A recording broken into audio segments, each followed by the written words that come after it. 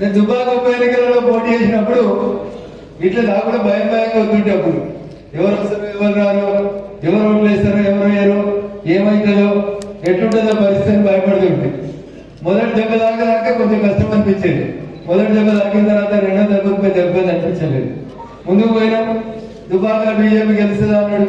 ఎవరున్నారా బీజేపీకి అన్నారు. బాగా సంతోషం తిరిగినట్టు ఆడవాడి ఏడవాళ్ళు తిరుగుతున్నారు అన్నారు. అన్నారా? గెలిచిన మా దుబాక గెలిచినప్పటి నుంచి భయపడి ఎవరున్నారంటే వీళ్ళ చిన్న పిల్లలు. స్టేజ్ మీద కూర్చున్న సర్పంచులలో సగం మంది నాతో పాటు కారిడోర్లు పట్టుకొని, పోలీస్ స్టేషన్ల చుట్టూ జీపులు పట్టుకొని, నొల్లు పెట్టుకొని, ఆటోలు వేసుకొని ఏడు కష్టపడ్డాడు తిరిగి. నేను అందరికి ఎప్పటికీ చెప్తుంది, అరే ఇలా నా వంతు వస్తే నాకు మీ వంతు వస్తుంది, కష్టపడుతుంది, బరాబర్ ఏదో ఒక రోజు మీరు కూడా నాతో పాటు స్టేజ్ మీద కూర్చుంటారని చెప్తున్నారు. కూర్చున్నారా? స్టేజ్ మీద కుర్చీ జరగడంత మంది వచ్చి ఇవ్వాలి. దగ్గర 100 మంది సర్పంచులు ఉప సర్పంచులు కలిసి 100 మంది వచ్చేది. ఇక వాడుతున్నారు కూడా వెళ్ళాలంటే మేము అటు కూర్చొని మిమ్మల్ని ఇటు కూర్చోబెట్టే మంది వచ్చింది. ఎవరు ఊహించలేదు బీజేపీ సర్పంచ్ ఎన్నికల ఫలితాలలో ఇంత గొప్పగా పనిచేస్తుంది. కానీ మొదటి నుంచి ఒకటే మాట చెప్పిన, ఇందాక ఒక సర్పంచ్ గారు చెప్పిన రాజు, గెలుస్తా మాటగా నువ్వు గెలవు, నేనే గెలుస్తాను అనుకో, ఎదురున్నాడు ఎవరైనా గెలుస్తాడు. ఆ ధైర్యంలో చాలా మంది ముందుకు పోయినారు. ఈ రోజుల్లో ఎవరు కూడా అందరిలాగా ఓట్లకి నోట్లు మంచో ఇంకేదో మంచి గెలిచిన వాళ్ళు కాదు. అయినా ఊర్లలో ఉండి సేవ చేసి నమ్మిన సిద్ధాంతం కోసం చాలా రోజుల పాటు ఆ గ్రామంలో ఒకటే జెండా పట్టుకొని తిరిగారు. కాబట్టి ప్రజలు అనుకున్నారు, ఎవరు ఎన్ని పార్టీలు మారినా ఎట్టుపోయినా ఈడున్న పిల్లలంతా నిజాయితీగా నరేంద్ర మోడీ గారు వెనకాల బీజేపీ కోసం కష్టపడుతుంది. కాబట్టి ఒకసారి అవకాశం ఇవ్వాలనుకున్నారు. 100% ఇక్కడ ఉన్నారు వాళ్ళ ప్రత్యర్థులతో పోల్చి చూస్తే, ప్రత్యర్థులు అంటే వాళ్ళకి అపోజిట్ లో పోటీ చేసిన తోటి పోల్చి చూసినప్పుడు ఏ రంగంలో కూడా వాళ్ళకి సమత ఉండదు. డబ్బులలో లేదు, మంత్రులు మధ్య లేదు. అయినా ఇంతమంది నిజాయితీగా గెలిచొచ్చారంటే ఇది కేవలం భారతీయ జనతా పార్టీ మాత్రమే సాధ్యమవుతుంది. కాంగ్రెస్ పార్టీ అధ్యక్షుడు ఎవరు? భారతదేశంలో కాంగ్రెస్ పార్టీకి అధ్యక్షుడు ఎవరు? మల్లికార్జున ఖర్గే. కుర్చీలో కూర్చుంటే లేవాలంటే అటు అవుతారు ఇటు అవుతారు పట్టుకొని లేవంటారు. సార్ ఏం చేద్దాం 85 దగ్గరికి వచ్చింది. బీజేపీకి కొత్తగా వర్కింగ్ ప్రెసిడెంట్ వచ్చింది ఈ మధ్యన. ఏం పేరు? అది చెప్పురి.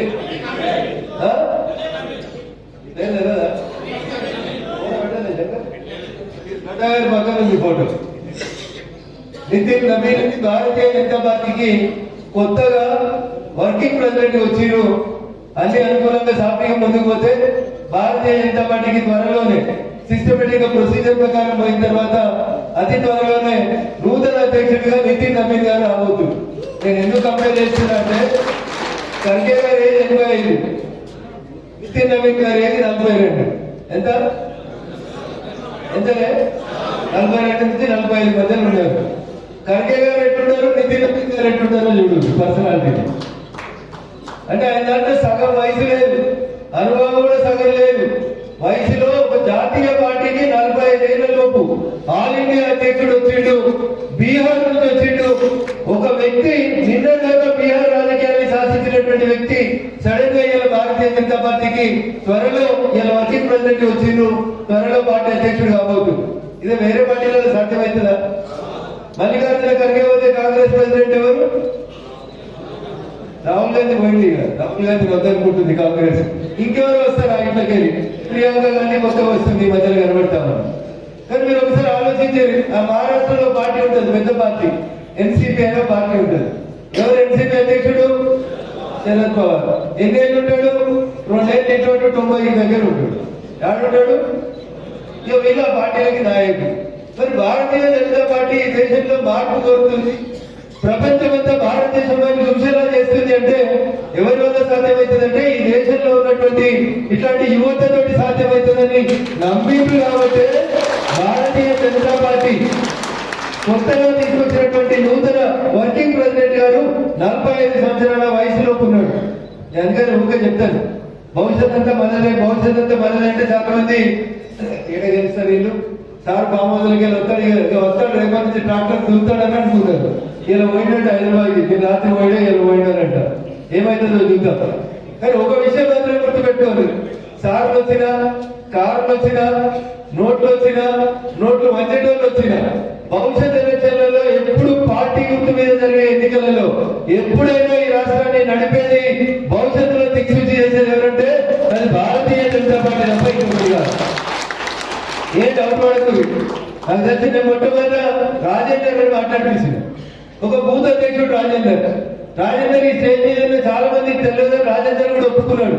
అయినా బూత్ అధ్యక్షుడిగా పార్టీకి సేవ చేస్తుంది కాబట్టి రాజేందర్ని అక్కడ గెలిపించాలనేటువంటి ఉద్దేశంతో కార్యకర్తలందరూ కోరుకొని రాజేందర్ గెలుపు కోసం ప్రయత్నం చేసిరు. దురదృష్టం స్వల్ప ఓట్ల మెజార్టీతో ఓడిపోయారు. వారి శ్రీమతి ఇద్దరు కూడా నమ్మిన సిద్ధాంతం కోసమే ఎలక్షన్లలో పోటీ చేసిండ్రు, కష్టపడ్డారు. కొంత కమ్యూనికేషన్ గ్యాప్ ఇతరత్ర కారణాల వల్ల రాజేందర్ గారు ఓడిపోయారు. నేను చాలాసార్లు ఇంకొక మాట కూడా చెప్తుంది కార్యకర్తలకి, మిత్రులకి, నాయకులకి అందరికీ. రఘునందన్ రావు దుబ్బాక ఎమ్మెల్యే ఓడిపోయాడు.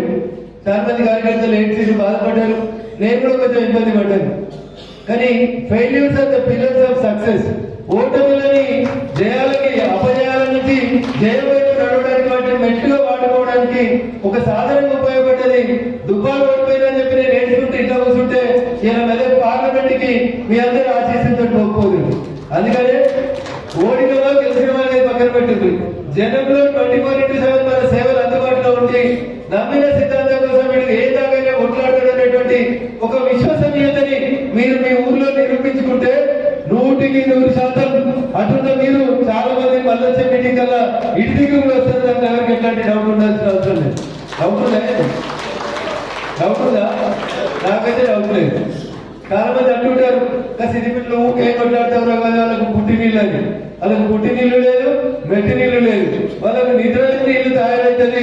సిద్దిపేట జిల్లా అనేది మనం ఒకసారి వాళ్ళకి నిరూపించాల్సిన అవసరం ఉంది.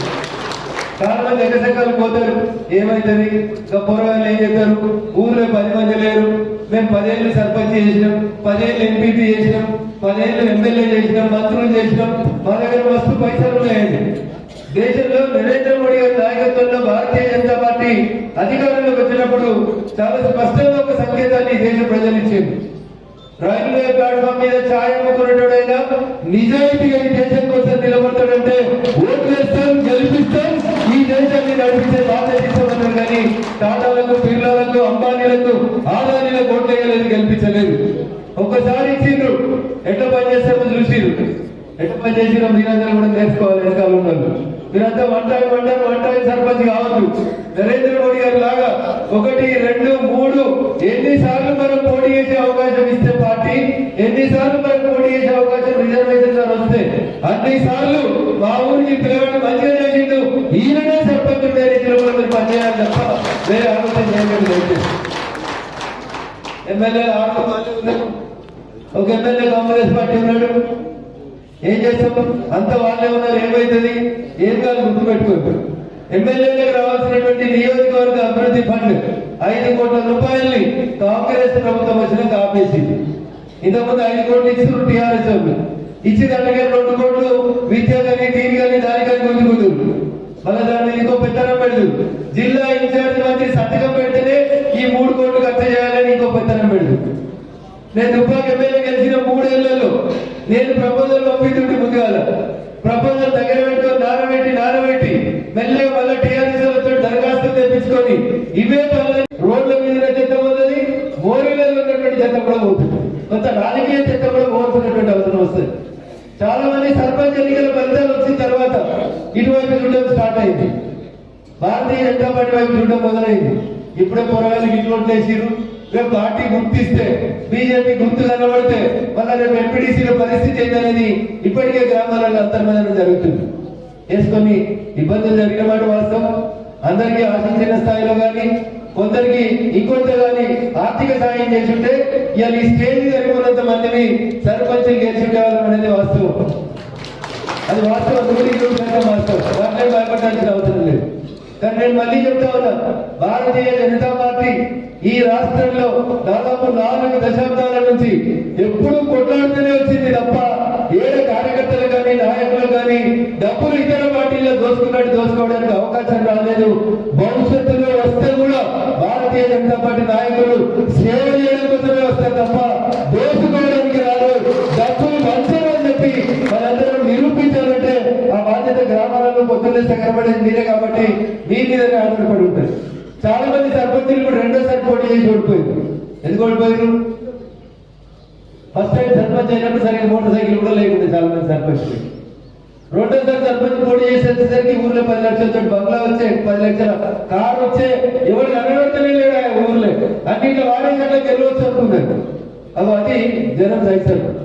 ఎందుకంటే పెద్ద మనుషులు చెప్తున్నారు కదా, మాంసం తింటున్నామని ఏం చేయదు, మొక్కలు కూడా వేసుకొని తిరగవద్దు. చాలా మంది పెద్ద మనుషులు కూర్చుని ముందు వరుసలు అది అంటే నేను తిరుమని చెప్తానని చెప్పి పొరపాటులో కూడా కరప్షన్ కి అవినీతికి స్థానం ఇవ్వకుండా అరే ఎట్లా పనిచేసి మా సర్పంచ్ అనేటువంటి కడుపులో పేగులు కట్టుకొని భవిష్యత్తులో మళ్ళా వీళ్ళు ఒక్క రూపాయి ఎక్కడ వీళ్ళనే సర్పంచులు గెలిపియాలి, అవసరమైతే ఇవాళ సర్పంచులు మిమ్మల్ని గెలిపించే రీతి లోపల జనాన్ని కోట్లేయాలనే రీతిలో మీరు పనిచేయాలని చెప్పి గెలిపించినటువంటి మా సర్పంచ్ సోదరులకి ఉప సర్పంచులకు అందరికీ కూడా సవినయంగా విజ్ఞప్తి చేస్తా ఉన్నారు. కష్టమా ఇది? కష్టమా? మొన్ననే అన్ని పెట్టినా ఇన్ని పెట్టిన వారికి కొంతమంది కష్టం అనిపిస్తుంది. కానీ దయచేసి మీరు నీతిగా నిజాయితీగా ఉంటే మళ్ళీ ఎలక్షన్లలో మీరు ఇంకొక మెట్టు ఎక్కడానికి అవకాశం వస్తుంది. కాబట్టి డబ్బుల వెనకాల ఎవరైనా కూడా పోవద్దు. డబ్బు మనకి ఎప్పుడు క్రైటీరియా కాదు. మన శత్రువులు డబ్బులు వాడి మనం ఓడగొట్టాలని చూస్తారు.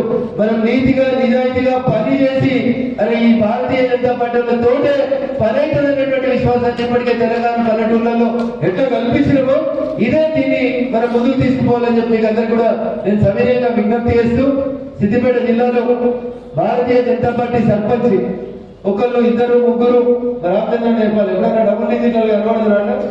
చాలా కష్టంగా ఉండే 4 దశాబ్దాల నుంచి కష్టపడితే డబ్బులు డిజిటల్లో సర్పంచులు కనబడకపోదు. అక్కడ ఒకరు సర్పంచ్ కలిసి మొట్టి గంటే కొట్టాడు. ఇలా వాళ్ళందరూ మనకి స్ఫూర్తి ప్రదాతారు. పార్టీ మారలే, పైసలు రాలే, చాలా రకాలైనటువంటి కష్టాలు పెట్టి మిర్దొడ్డిలో రోషాయని ఒక సర్పంచ్ ఉండే, నేను ఎమ్మెల్యే కంటే ముందు. రోజైని గ్రామ పంచాయతీ బిల్డింగ్ కట్టనీయలే అప్పుడు ఉన్నటువంటి టీఆర్ఎస్ పార్టీ ఎమ్మెల్యే. ఏం కట్టనీయలే? గ్రామ పంచాయతీ బిల్డింగ్ కట్టలే. కడితే బీజేపీకి పేరు వస్తుందని వచ్చిన పైసల్ని వాపస్ పంపిన మీదొడ్డిలో గ్రామ పంచాయతీ కట్టనీయలేదు. కానీ నేను ఎమ్మెల్యే గెలిచిన తర్వాత ఏ ఎమ్మెల్యేనైతే ఆ ఊర్లో మా బీజేపీ సర్పంచ్ కూడా కట్టనీయలేదు గ్రామ పంచాయతీ. ఆ సర్పంచ్ వచ్చినట్టు కలిస్తే నువ్వు కట్టు నేనే వచ్చి కొబ్బరికాయ కొడతానని చెప్పి పోయి టీఆర్ఎస్ అయిన సర్పంచ్ కూడా గ్రామ panchayat కట్టించినాను. This should be the difference between other parties and BJP. ఎప్పటికీ చెప్తా ఉంటాం Bharatiya Janata Party is a party with difference అని చెప్తాం. నేను బరాబర్ గర్వంగా చెప్తాం. ఇలా మా దుబ్బాకలో రాయపూర్లో ఒక మండలి ఉంటుంది. ఇద్దరు సర్పంచులు ఏకగ్రీవంగా ఎన్నికైనారు. ఎక్కడ? రాయపూర్లని గజ్వేల్ సీఎం కాన్స్టిట్యూన్సీ కొంచెం అవతల అనుకోని ఉంటుంది. ఇద్దరు సర్పంచులు ఇనామస్ అయ్యారు. రాయపూర్లో 7 సర్పంచులు గెలిచారు. రాయపూర్ మండలంలో 7 సర్పంచులు గెలిచొచ్చారు. ఇందాక అమర్ చెప్తా ఉన్నాడు మెరుగొడ్డలో మేము 4 గెలిచినాము. అట్లా ఒక్కొక్క మండలంలో నాతో పాటు అమరైతే చాలాసార్లు చెప్తాను. అమర్ గురించి చూసింటారు మీరు కూడా, పార్టీ మీటింగ్లలో కూడా చాలాసార్లు చెప్తారు. నేను కొత్తగా బీజేపీ నుంచి పోటీ చేయడానికి దుబ్బాక కొత్తగా వచ్చినప్పుడు పెళ్లిగాలే ఇంకా మా అమర్ చిన్నపిల్లగా పొద్దున్న లేసి అక్కడ పరిగెడతనే ఉంటే ఆటోలు ఎక్కువ ఇంటికి అడ్డకి పనిచేస్తున్నాడు. ఇట్లా పనిచేసే కార్యకర్తలు గుర్తింపు వస్తుందని ఇందాక బాధ చెప్పినట్టు చాలా మంది రంగరాజని మల్లుపల్లి సర్పంచ్ గెలిచాడు. మామూలుగా నోట్లు 4 కూడా కానీ పని బాగా చేస్తాడు. అమర్కి ఎవరు వెళ్ళేకో వస్తుంది. వీళ్ళిద్దరు ఒక తూర్పు అయితే ఒక పడవరు. వీళ్ళిద్దరు అమర్ బాగా మాట్లాడతాడు, రంగరాజు మాట్లాడాడు కానీ బాగా పనిచేస్తాడు. అమర్ కూడా పనిచేస్తాడు, పనిచేయడానికి చెప్తలేదు. వాళ్ళిద్దరు పోయినట్టులో ఉప సర్పంచులు అన్నారు. నేను ఎమ్మెల్యే ఉన్నప్పుడు వీళ్ళిద్దరు ఉప సర్పంచులు, ఇలా సర్పంచులు అయింది. మీరు ఇట్లే పనిచేయండి. భవిష్యత్తులో మీ ప్రజలు మిమ్మల్ని ఇంకో పెట్టెక్కిస్తారు. భవిష్యత్తులో అసెంబ్లీ నియోజకవర్గంలో వెళ్ళినప్పుడు మా అక్కయ్యలంతా 33% రిజర్వేషన్ కింద రేపు ఎమ్మెల్యేలు ఎంపీలుగా రాబోతు. వచ్చే ఎలక్షన్ లో 100% నరేంద్ర మోడీ గారు మహిళా రిజర్వేషన్ బిల్లు 133 సీట్లు బరాబరికి ఇయ్యే. అందుకని స్థానిక భయపడుతుంది ఎక్కడ రాజకీయాన్ని తీసుకొచ్చి ముందు కూర్చోమని చెప్పినారు. సో భవిష్యత్తు మీదే కాబట్టి ఇప్పటి నుంచి మండలాలలో పంచాయతీలలో మీరు తెచ్చుకునే మంచి పేరు భవిష్యత్తులో మిమ్మల్ని భారత పార్లమెంట్ గా కూడా పంపుతుంది. దాంట్లో ఎట్లాంటి డౌట్ లేదు. అందుకని చాలాసార్లు చెప్తాం, పంచాయతీ మెంబర్ దగ్గర నుంచి మొదలుకుంటే పార్లమెంట్ దాకా ఎవరు గెలవాలి?